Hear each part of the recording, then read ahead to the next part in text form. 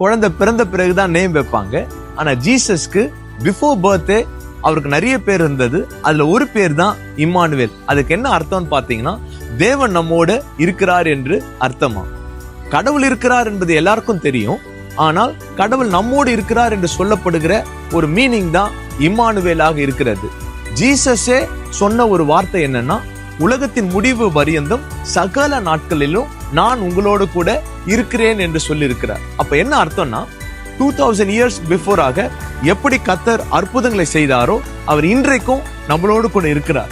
கானாவூர் கல்யாணத்துல திராட்சரசம் குறைவுபட்ட போது குறைவை நிறைவாக்கினவர் அவர் இன்றைக்கும் நம்முடைய குறைவின் மத்தியில நம்மளோடு கூட இருந்து அவர் நிறைவாக்க வல்லவரா இருக்கிறார்.